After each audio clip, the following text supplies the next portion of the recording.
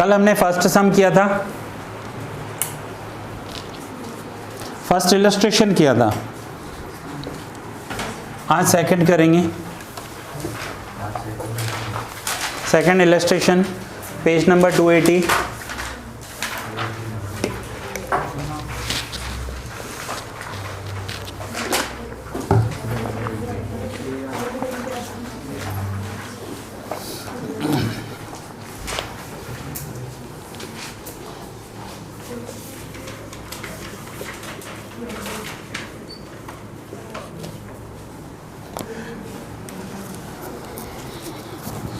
The common ratio and the fifth term of a GP are 3 and 324 respectively. Find the first term. So common ratio, that means R दिया हुआ है 3 and fifth term T5 324 और हमें क्या करना है, first term calculate करना है। नाउ फर्स्ट टर्म कैसे कहते हैं, ए हमें फाइंड आउट करना है। अब कल मैंने आपको कुछ पॉइंट्स एक्सप्लेन किए थे, कौन से, एक तो टीएन एक्सप्लेन किया, टीएन का फॉर्मूला क्या था, ए आर एस टू। दूसरा मैंने आपको बताया कि T1 जो होता है वो ए होता है, T2 A R, T3 A R square, T4 same, T5 A R 4, T10 क्या होगा, ए आर 9। ठीक है, अब यहाँ पर T5 दिया हुआ है और हमें ए कैलकुलेट करना है। सो T5 is equals to, T5 क्या होता है, ए आर एस टू 4। अब T5 की वैल्यू कितनी दी हुई है, 324। ए कैलकुलेट करना है, आर क्या है 3 and power 4। So 324 a into 81। So 324 divide by 81 is equals to a. So a equals to 4 है आंसर। सो ऐसे अब कल वाला जो था उसमें टी कैलकुलेट करने के लिए दिया है, इसमें ए कैलकुलेट करने के लिए दिया है। नेक्स्ट आर कैलकुलेट करेंगे, सारे टर्म्स कैलकुलेट करेंगे।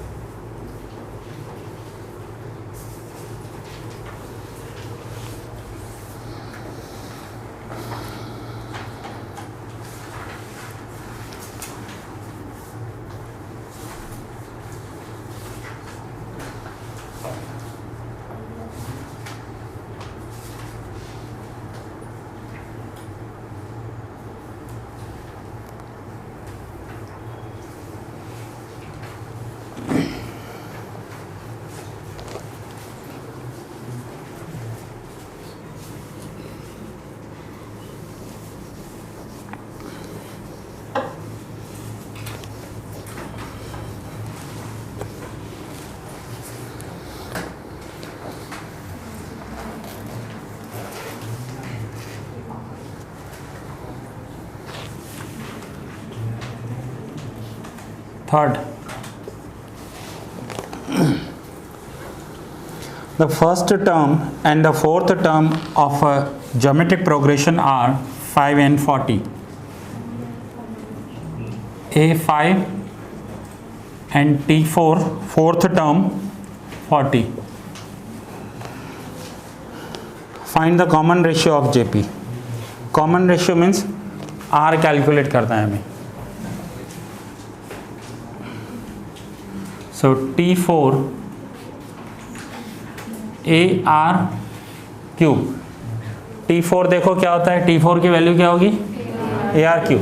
सो T4 कितना दिया हुआ है 40, A 5 into, so R calculate करना है। सो 40 डिवाइड बाई 5, ये 5 डिवाइड हो जाएंगे, R cube. So 8 equals to, तो R की वैल्यू क्या हो जाएगी, R 8 किसका क्यूब होता है, 2 का, तो R की वैल्यू कॉमन रेशियो 2 हो जाएगा। और देखो चेक करना हो तो आप कैसे करोगे, इधर समझ लो चेक कैसे करेंगे। फर्स्ट टर्म क्या है 5 को 2 से मल्टीप्लाई करो, 10 को 2 से करो, 20 को 2 से मल्टीप्लाई करो, तो ये T1 T2 T3 T4 क्या आ गया, करेक्ट है सम। हर एक में से चेक कर सकते हैं हम। फर्स्ट टर्म को रेशियो से मल्टीप्लाई करते जाना है।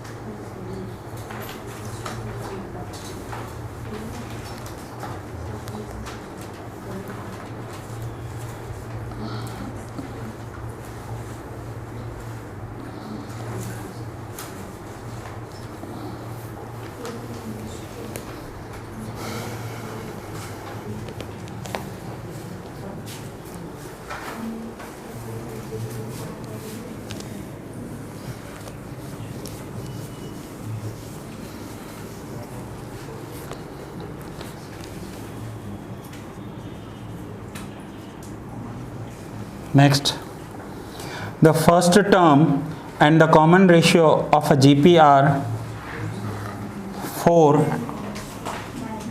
A4 and R minus 2 if its nth term is minus 128, nth term Tn minus 128, find the value of n। देखिए फर्स्ट सम में Tn कैलकुलेट किया था, सेकंड में हमसे A पूछा, फिर R, अब क्या पूछा हुआ है n। nth टर्म क्या होगा इसका,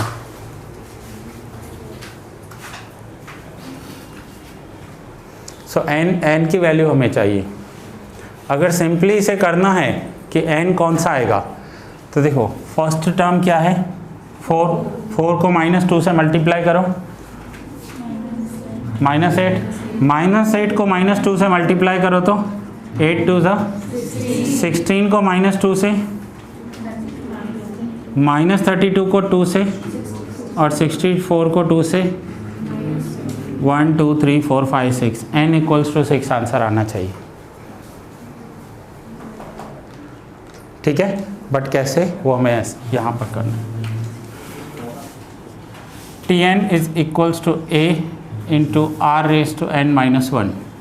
नाउ nth टर्म की वैल्यू दी हुई है -128, A की वैल्यू है 4, R -2 n माइनस 1।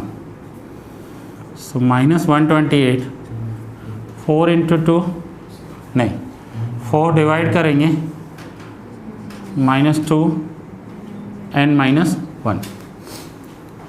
128 को 4 से डिवाइड करो, -32 -2 n माइनस 1। अब -32 2 का कौन सा पावर होता है, 2 का कौन सा पावर 32 होता है, 5th पावर। ठीक है, तो यहाँ पर क्या हम ऐसा लिख सकते हैं कि -2 5th पावर -2 n माइनस 1। अब अगर बेस सेम हो तो पावर को हम इक्वल ले सकते हैं, so therefore 5 equals to n minus -1 left hand side आ जाएगा, so 5 + 1 equals to, so n equals to 6। और चेक करने के लिए ये मेथड है आपके पास।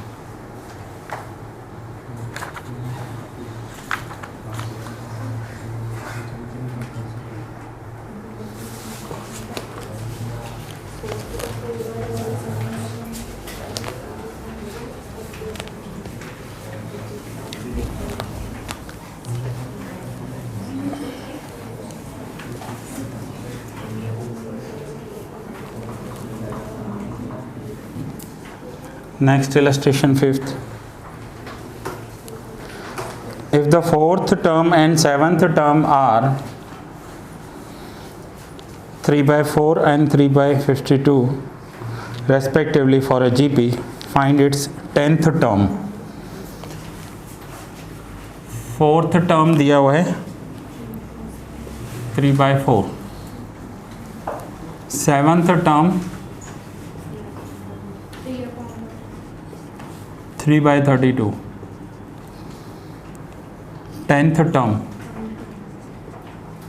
फाइंड आउट करना है ना। कोई भी टर्म फाइंड आउट करना हो तो हमें पहले ए और आर चाहिए। ए और आर होगा तो हम कोई भी टर्म कैलकुलेट कर सकते हैं। यहाँ पर दोनों ही मिसिंग हैं, दोनों मिसिंग हैं तो दोनों कैलकुलेट करने होंगे। पहले ए फाइंड करना होगा, आर फाइंड करना होगा, उसके बाद 10th टर्म फाइंड होगा। सो कैसे करेंगे? तो इन दोनों में से जो हायर वैल्यू होगी उसे न्यूमरेटर में लिखेंगे T7, और जो लोअर वैल्यू होगी उसे डिवाइड में लिखेंगे। Now T7 divide by T4, so T7 की वैल्यू क्या है 3/32 और T4 का वैल्यू क्या है 3/4।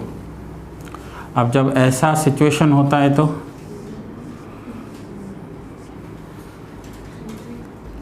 थ्री इंटू 4, ये 4 मल्टीप्लाई में हो जाएगा, और ये 32 3 इंटू 32।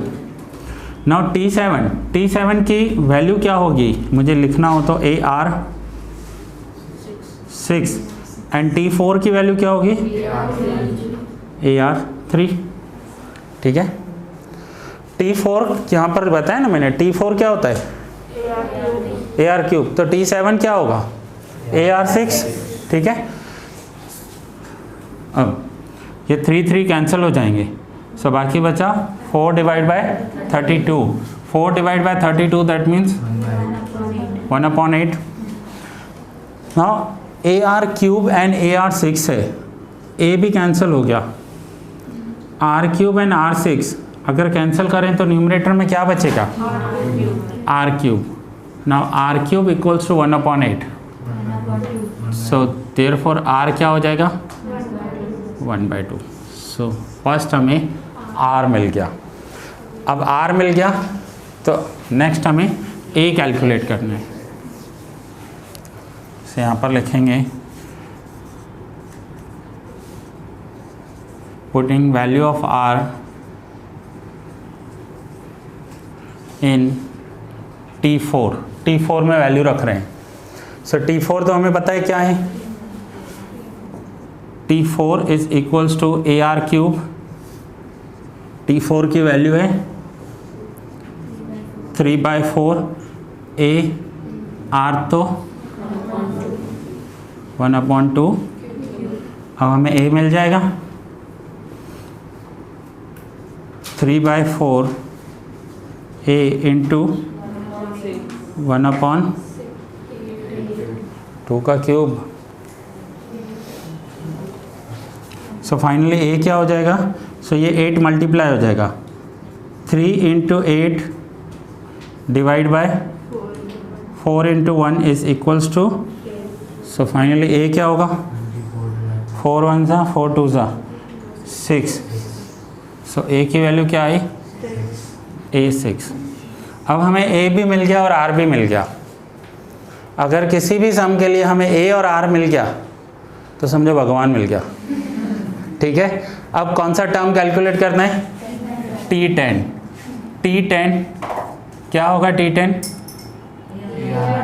AR 9, AR 9। अब A है आपके पास, R है, T10 कैलकुलेट करो। ठीक है, A आपके पास है, R की वैल्यू है, T10 कैलकुलेट करके बताओ।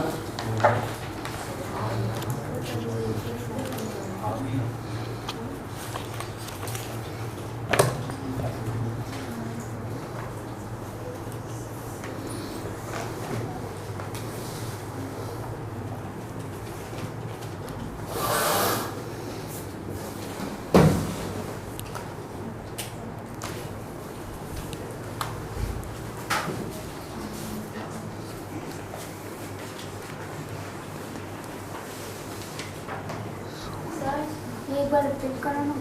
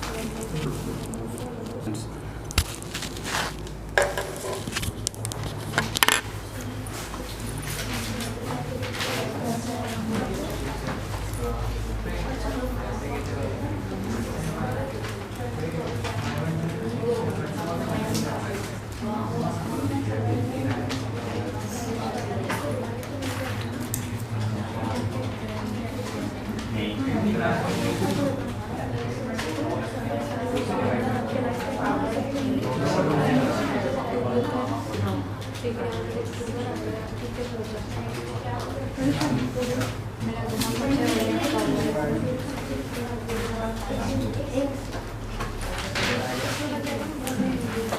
समझ गई हाँ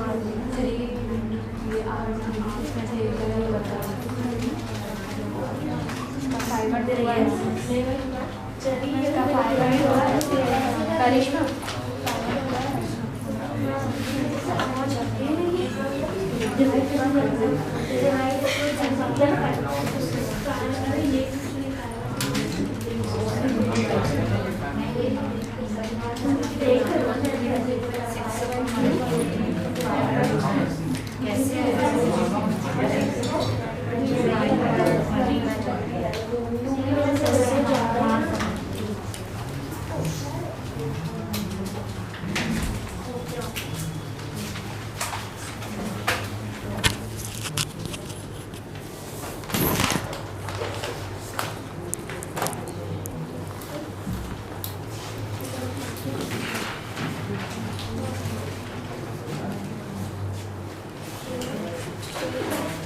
चलो एक मिनट फिर से रिवाइज कर लेते हैं।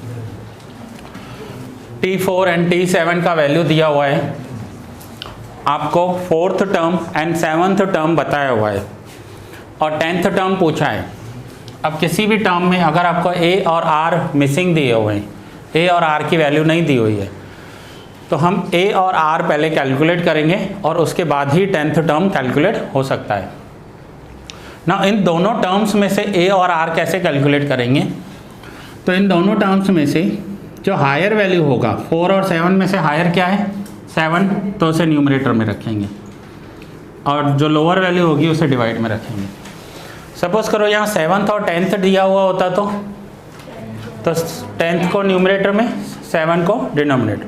तो जो हायर वैल्यू होगी वो न्यूमरेटर में और डिवाइड में। अब वैल्यू दी हुई है T7 की वैल्यू T7 के सामने रखी, T4 की वैल्यू T4 के सामने रखी।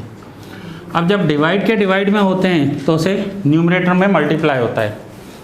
इस फॉर्मेट को आप याद कर लो, ये TY तक काम में आने वाला है कि डिवाइड के डिवाइड में कोई वैल्यू आ गई तो ये ऐसे हो जाएगी। ये 4 हो जाएंगे मल्टीप्लाई में 3 के साथ और ये 32 नीचे आ जाएंगे। नाउ T7 वैल्यू होता है AR�6 एंड T4 होता है AR⁵। नाउ A कैंसिल हो गया। नाउ R का 6th पावर और 3 पावर कैंसिल होगा आपस में, तो 3 कैंसिल हो जाएगा, तो बाकी कितना बचेगा। देखो ये R6 पावर मीन्स क्या हो गया, R को 6 टाइम्स लिखेंगे न्यूमरेटर में, बीच में मल्टीप्लाई, और डिवाइड में 3 टाइम्स, तो 1 2 3 कैंसिल हो जाएंगे, तो बाकी क्या बचा। सो R3। नाउ R³ की वैल्यू क्या बची, ये 3 कैंसिल हो गया, 4 डिवाइड बाय 32, सो 4 1 सा 4 8 सा, सो 1/8। सो R की वैल्यू हो गई 1/2। अब ये तो मैंने लिखा है यहाँ पर putting value of R in T4। T4 में वैल्यू रखो या T7 में रखो, आपका A यही आने वाला है, तो किसी भी एक में वैल्यू रखेंगे। सो T4 is equals to AR³। T4 की वैल्यू है 3/4, R की वैल्यू रख दी, हमारा A कैलकुलेट हो गया। अब A कैलकुलेट हो गया तो नेक्स्ट आपसे 10th टर्म पूछा हुआ है, तो यहाँ पर A की वैल्यू रखोगे 6, R की value 1/2 power 9, so 6 into 1/2 9th 5 and 2, सो 2 का टेबल लगाएंगे, सो 3 और 2 56, ये हो गया 10th टर्म।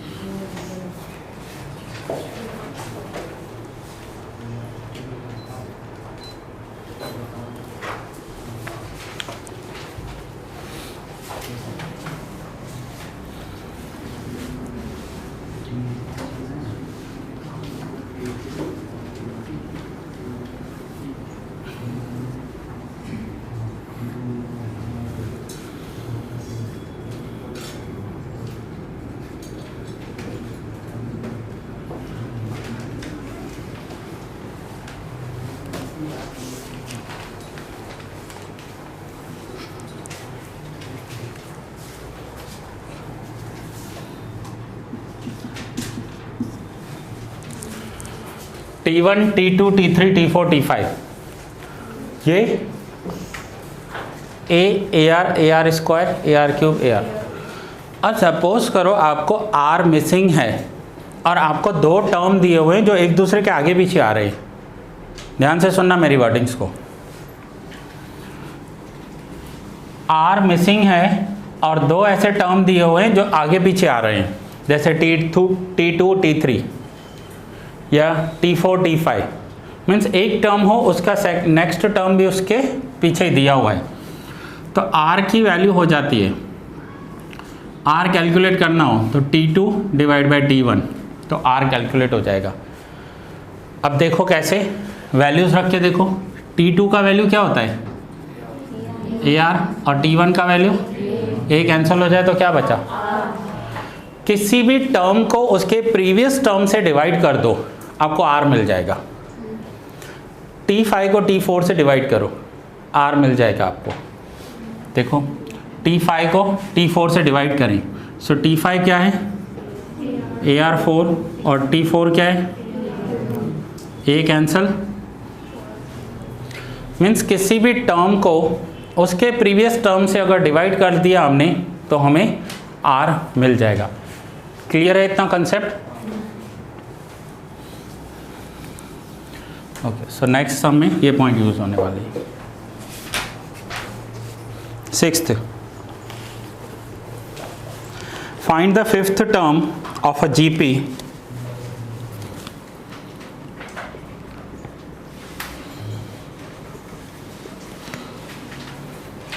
-9 -6 4। अब हमें फिफ्थ टर्म चाहिए। R बताया नहीं है लेकिन हम R कैलकुलेट करेंगे। So first term A means first term होता है, सो A की वैल्यू क्या है 9। R is equals to second term divide by first term, तो सेकंड टर्म क्या है फर्स्ट टर्म, सो R की वैल्यू क्या हो जाएगी 3 3 A और R मिल गया, क्या मिल गया करो कोई भी टर्म। कौन सा टर्म कैलकुलेट करना है T5 करके बताओ। T5 कैलकुलेट करो। A भी है R भी है आपके पास,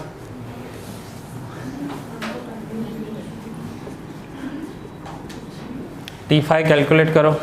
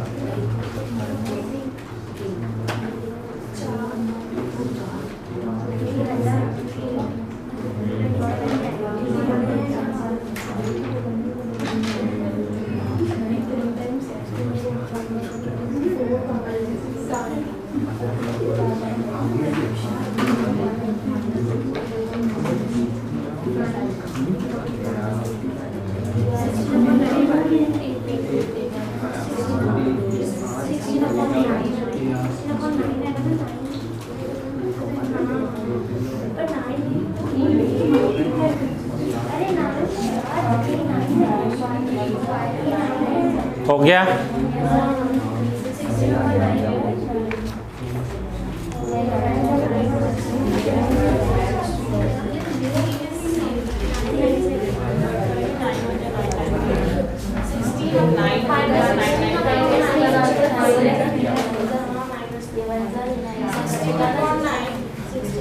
है आंसर?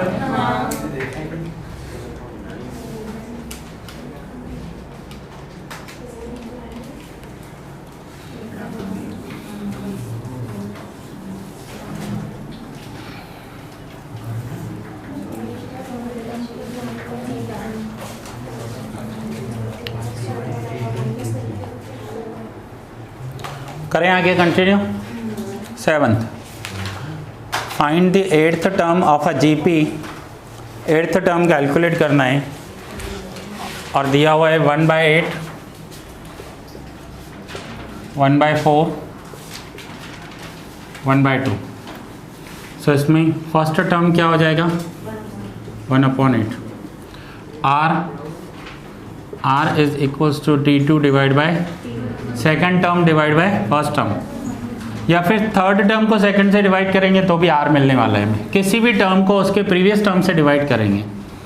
सो 1/8 डिवाइड बाय नहीं 1/4 T2 1/8।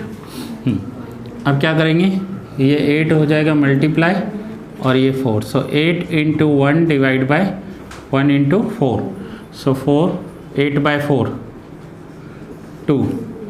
R की वैल्यू 2 एंड A 1/8। कौन सा टर्म कैलकुलेट करना है, टर्म होगा कोई, कौन सा टर्म, 8th टर्म। सो T8 AR 7। करो T8 कैलकुलेट।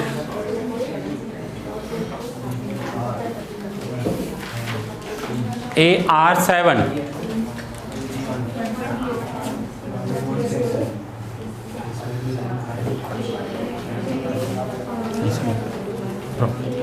डाउट है कुछ, समझ में आ रहा है? देखो आंसर है, A की वैल्यू है 1/8, R की वैल्यू है 2⁻7। सो 1/8 × 32 64 128। सो 128 divide by 8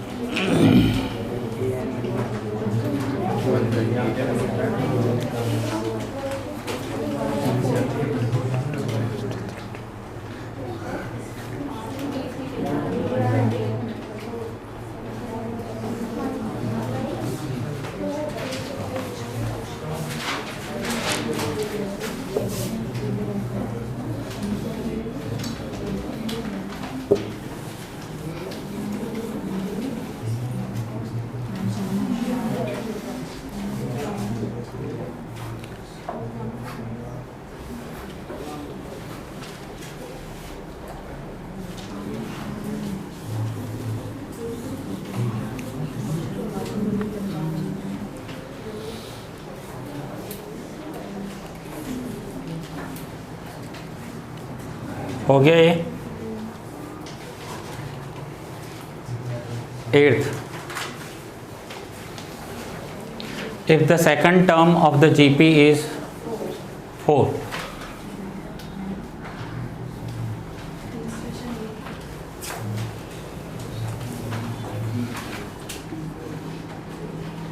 if the second term of a GP is 4, then find the product of the first 3 terms of geometric progression। First 3 terms का प्रोडक्ट कैलकुलेट करना है। सिर्फ आपको सेकंड टर्म बताया है, फर्स्ट 3 टर्म का प्रोडक्ट कैलकुलेट करना है। सो फर्स्ट 3 टर्म्स क्या होते हैं, T1 × T2 × T3। Now T1 की वैल्यू क्या होगी, A × AR × AR²। अब तीनों को मल्टीप्लाई करें तो A³ × R³, या फिर हम इसे ऐसे लिख सकते हैं AR³ अब ए आर क्यूब लिख सकते हैं, तो T2 ही तो ए आर होता है ना, T2 क्या होता है ए आर, तो यहाँ पर मैं ए आर की वैल्यू रख देता हूँ 4 क्यूब ब्रैकेट में लिखूँगा because a R is equals to T2।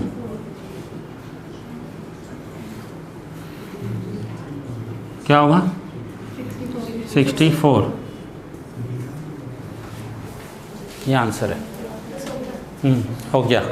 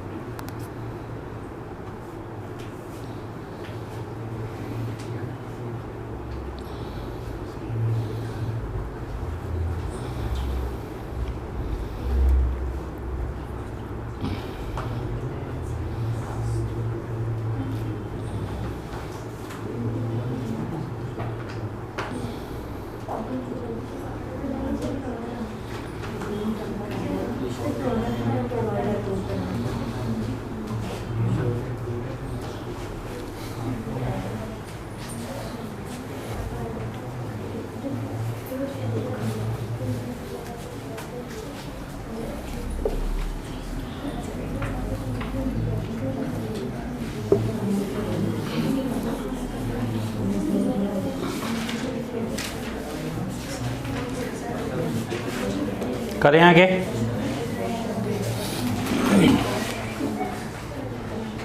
The first term and the product of the first three term of the geometric progression are 3. First term 3 and the product of first three terms, that means T1 into T2 into T3 216। और calculate क्या करना है, T7 calculate करना है, 7th term calculate करना है। Now T1 into T2 into T3, 3 terms का product जो दिया हुआ है वो है 216। Now first term A, second term AR, third term AR square is equals to 216।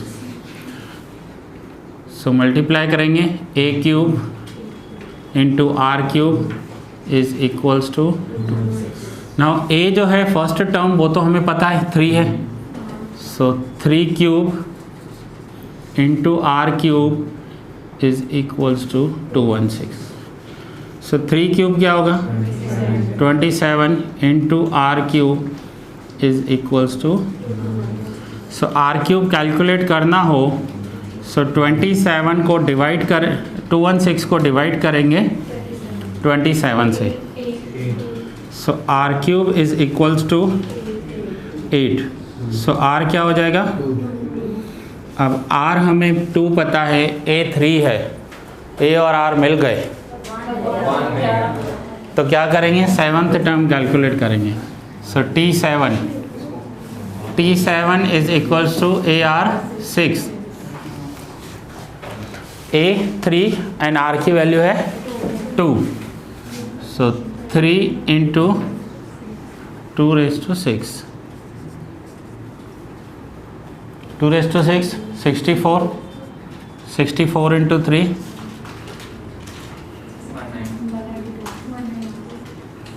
192।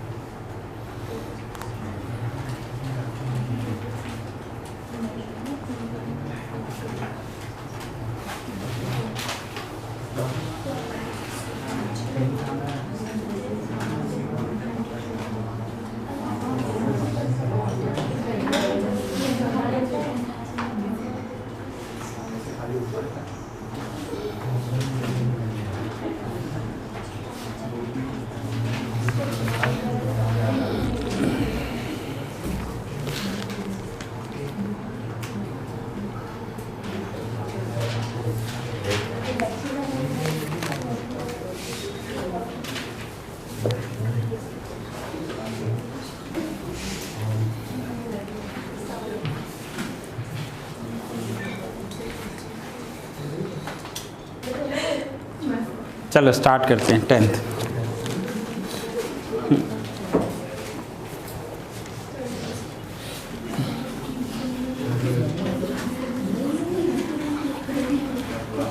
छोटा सा सम है 10th। 9th तक जो आते हैं सम्स वो सिंगल डिजिट में आते हैं, ये डबल डिजिट का फर्स्ट नंबर होता है 10th। सो ऐसे लगेगा 10 सम हो गए, ठीक है। So illustration 10, the numbers 2G and 50 are in geometric progression, find the value of G। ये तीनों नंबर्स ज्योमेट्रिक प्रोग्रेशन में हैं, हमें G की वैल्यू कैलकुलेट करनी है। अब R की वैल्यू, R आपको पता है क्या होता है, T2 डिवाइड बाय T1। हम ये भी लिख सकते हैं, या फिर R is equals to T3 divide by T2। Now T2 की वैल्यू होगी term 2 G and term 1 2 and term 3 50 and term 2 G। अब दोनों ही R हैं, तो ये दोनों इक्वल हो जाएंगे। सो हम लिख सकते हैं therefore G divide by 2 is equals to 50 divide by G। अब क्रॉस मल्टीप्लाई करेंगे, so G into G square 50 into 2, so G square is equals to 100, G square 100, so G is equals to root of 100, so G plus और minus 10, ये answer हो जाएगा G का।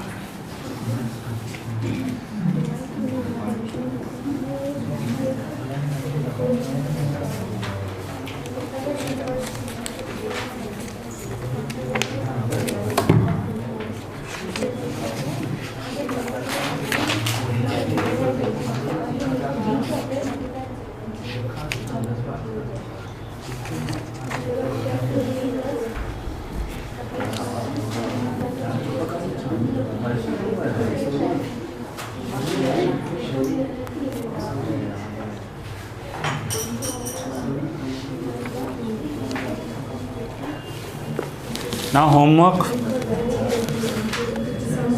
section A,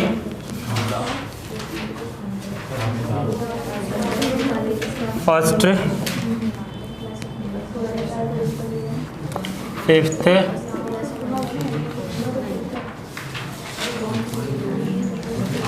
7th,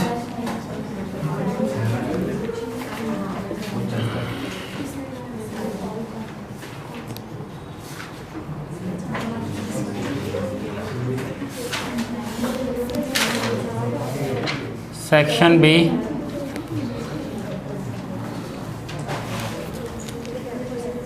second,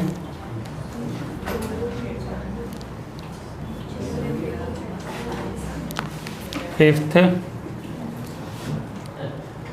ये जो 5th है इसके जैसा है जो हमने अभी किया है।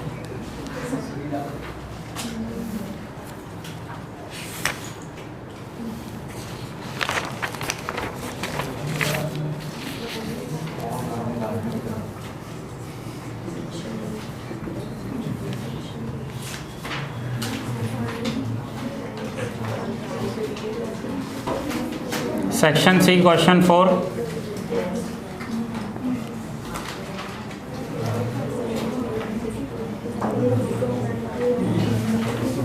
सिक्स,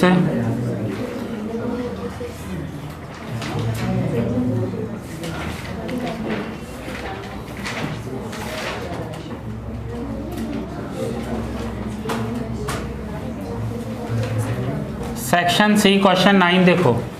सेक्शन C क्वेश्चन 9 में क्या है, नॉर्मल टर्म्स कैलकुलेट करने हैं। Find the required term of the following sequence using sequence formula, that means geometric progression.